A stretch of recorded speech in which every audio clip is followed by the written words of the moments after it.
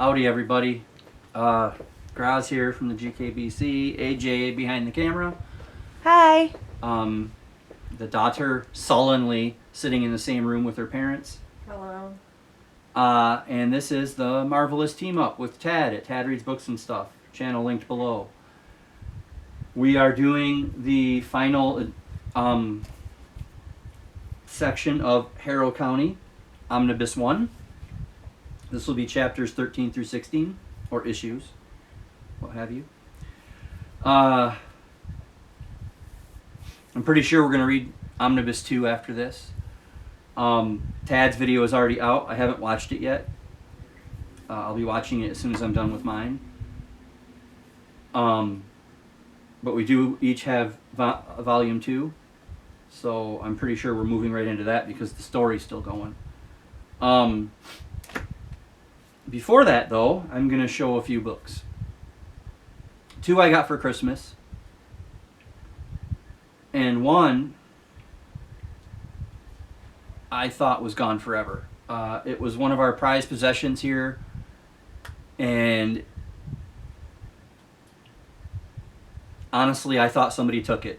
Somebody stole it. Or maybe it was lost in the flood and we just didn't know. I thought for sure it was gone. But I had just loaned it to somebody and then forgot. And they gave it back just recently. So I'm going to show that first. This is out of print. It's in really, really bad shape. But it's still worth a pretty penny because it's out of print and it's so rare. And even in this condition, you'd probably find it online for a couple $100. And it is an original first edition paperback Rage by Richard Bachman, also known as Stephen King, but this has no Stephen King on it. This is the original Richard Bachman, and it's in bad shape. The cover's ripped, it's got water damage, but this is from, see, it's old. The pages don't even turn. First printing, September 1977. So I was so happy when this came back home. It's time to, might even be time to get it on again and read it one more time. Then I got these 2 books for Christmas. We'll stay on the Stephen King thing. My mom bought me this Stephen King Elevation. It's pretty cool with the raised letters. It's cute. Look how small it is. And it's cute because it says a novel. And it's seriously barely wide. It's barely wider than my finger. Novel. They're stretching that term for a 146-page book. But it's still pretty cool. And I've never read this one yet. This is one of his that I haven't read. Maybe I'll do a video of what Stephen King works I haven't read yet. There's not very many. Most of them are newer after revival. But anyway, and then the daughter got me this, and this looks really cool. It's called The Hiking Trip by Jenny Blackhurst. And the tagline says, 2 can keep a secret if one of them is dead. It's also kind of a small little book, but it's got almost 300 pages in this one. Little pocketbook almost. Pocketbook paperback. And I really like things camping and hiking. I mean, we watch those constantly. And it's even better when when they hear things in the woods. And we love those little short horror films where things attack them in the woods. So this I'm looking forward to. Hey, Doctor, isn't that in the theme song for Pretty Little Liars? Yeah, it's the end of it. I realized that, but yeah. What? 2 can keep a secret, especially if one of them is dead. Yeah, that's in the theme song for Pretty Little. That's neat. Mm-hmm. Pretty Little Liars is a show that has a lot of potential, but it just has way too many storylines. Like if you've seen that meme where the guy's going like this, and there's a board, and there's like lines going to 90 different things from 90 different things. that's kind of like that show. You get confused after maybe 3 episodes. So, and there's only so far that pretty little 20-year-olds pretending to be teenagers can take you. But now let's talk about Harrow County. This is, like I said, this is the final one section in this one. And I have to show you this first page of 13 because Tad has talked about it on his channel, how each issue has Harrow County in the scenery somewhere, like in the clouds and stuff are written. And it took me, I'm kind of ashamed to say this, it took me a long time to catch this one. But I'm going to show it to you. Is that in the thing? Yes. It's the corn stalks. Yeah, I see it right away. Well, yeah, you're far away, right? If you were up close, it just looks like corn stalks. And I was like, I had to take it out here to catch it. But that was pretty neat. And what's really neat about this first one is the scarecrows are the bad guys. They're whistling, they're drawing people into the cornfield, and then he's lost, and then they're looking they're looking for the kid that's lost, and they find him, but then first they have to fight off the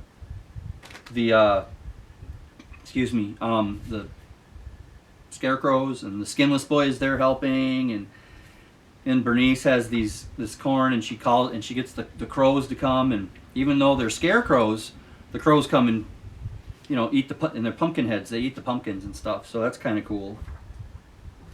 And then they go and they're following these bloody footprints, and then they come across this dude, and it's like, okay, is that the same guy that from before that jumped off the train? But no, he's different. But that's issue 13. Issue 14, we get Emmy's mom's story, which is kind of cool. It's got a sad ending. Of course, remember, they're mud people, so they're not real. They're all imbued with the evil of Hester. And then we find out that the guy in the cornfield is apparently Emmy's family. And you go and you meet the rest of the family, which apparently Hester was a part of. One of them's a boogeyman. These guys, it's very creepy. And they actually get rid of Emmy's mom because she can't get out. And they, kill her, and it's very bizarre, but they're basically all about keeping the evil of Hester in this one spot until they see what happens with Emmy. And then the cover for 15 is famous. It's a riff on something famous. Here, I'll show you. I mean, everybody's seen a version of that. Show that to the daughter. Everybody's seen that. A version of it. It's kind of cool because on the plates is like pig arms, and on the one platter is is a skull. And you see Hester, and she's making her mud people, and the family shows up to fight her.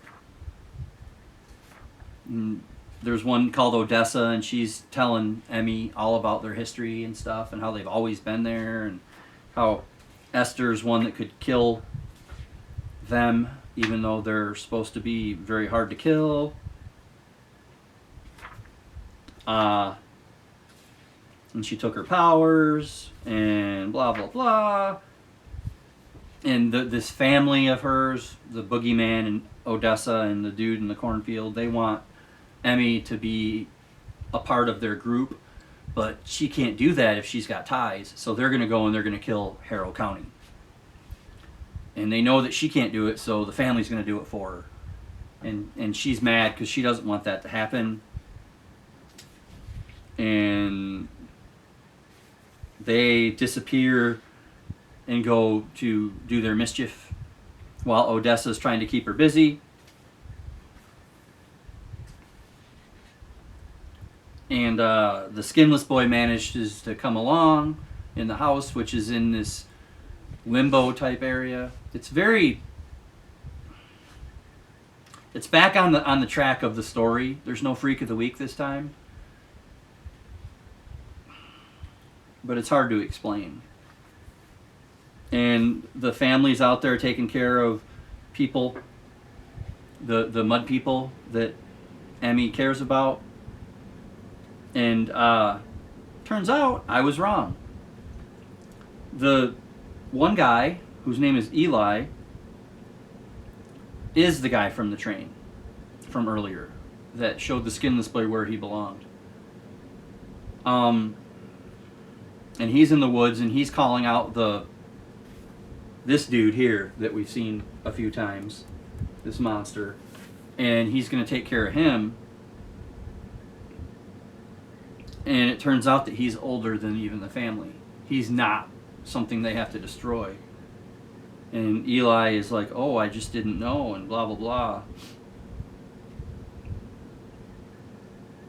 And the thing tells Eli, go on, let me be, and remember your own laws, because I'm older than the laws. So that's pretty cool. I hope that in Omnibus 2 we find out what he is. And then we're back to Odessa and Emmy in the house, and the skinless boy attacks Odessa, and Odessa's going to kill the skinless boy, and Emmy's like, okay, that's enough. I've had enough. We're still in Harrow County. This is where my power lies, so I'm going to stop you. And she does. And she stops him. And she brings all the family back from what they were doing. And she tells them, you guys are done. Don't come back. This is where I live, and this is where I'm going to stay. And Odessa has given up. She understands, even though the rest of them don't. And she vanishes them all. And it turns out that the limbo was just Harrow County all along. It was just a visual. No wonder it was never ending, according to them. But she banishes the house and the whole family, and she keeps the skinless boy with her. And then she says, come on, let's go home. And they walk off into the woods. And that's the end of Omnibus Volume 1. So that was actually pretty cool. It wasn't a freak of the week. It was an actual storyline for those 4 issues. And to me, it looked like the artwork was back to normal. Because Tad was right in his last video. The artwork was just off and awful in that one section. And I'm happy it kind of got back to where it should be. I'm sure, check out Tad's channel, because I'm sure he'll have a much better review than I do. I am very excited to read part 2. Hopefully we get some answers, because I think it's just these 2 omnibuses, and then that's it. So definitely want answers. Like who's the big dude, the big monster dude in the woods, and will the family come back? It was neat that, it took me a while to realize that Eli was the guy from the train earlier. And the thing that did it was that he was still puffing on the harmonica that he made out of the bird. So that, that was a nice callback. But that's Harrow County, Omnibus 1. If you like horror comics that have cartoony gore, gore-toony, made up my own word, then Harrow County is for you. It's got like 13 or 14, maybe 15 of the 16 issues are good artwork, really good, and there's a couple of really good storylines in here. This actually brought me back into it. So like I said, hopefully Omnibus 2 carries along that. and doesn't just fall into the Freak of the Week thing, because there's been so many shows and books that have done the Freak of the Week. Smallville was really bad for that. You know, I mean, Clark Kent would beat up somebody, and then next week there'd be another guy or girl that was affected by the meteor storm, that the kryptonite meteor storm that Clark brought with him, and he'd have to beat that guy or girl. And every episode there was another villain of the week, so they ended up calling it Freak of the Week. It's like it's the good old fashioned Scooby-Doo formula. I mean, but it's been done to death now. So let's have a good or overarching storyline that lasts a little ways. Now, this family thing lasted for 4 issues, and now it's gone. You know, I mean, is Harrow County going to fall into the Marvel Universe problem where they come up with a really neat villain and then do away with them right away? That's kind of a bummer sometimes. So let's get some good villains that last maybe the rest of the omnibus. You know, I mean, you've had her sister gone. You've had the family that could have been a really good foil gone. You know, the big monster in the woods, he's just there and he's fine. She's already tamed all the Haints. You know, I mean, it's time to give her a thing that, the house that had an entity that wanted to eat her, gone. I mean, let's give her a villain that can maybe not defeat her, but at least gives you the belief that it could. Because as we're reading it, it's just, okay, well, how's Emmy going to beat this one? How's she going to come out of this? You know, and that's the problem with superhero comic books. You know, Batman and Superman and the Flash and all, and the Avengers, you know, they're really never gonna get beat. They might get beat down for a short time, but you know they're never really gonna lose because of the monetary aspect behind the book.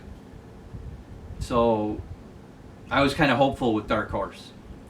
Now, another thing that I noticed, though, is in the very back of this, there's a list of stuff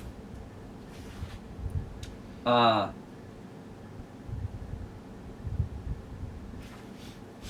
Dark Horse that you can read that are different things. And this one, H.P. Lovecraft's The Hound and Other Stories. Blackwood sounds amazing. So I'm kind of, Stranger Things is in here. So sounds like Dark Horse has some good books.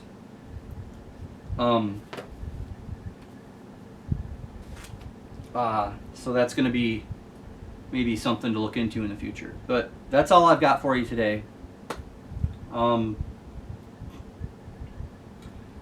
Let's see. Hope you liked the impromptu little Christmas haul. The reemergence of one of something I thought was lost forever, which I'm pretty happy is back. I'm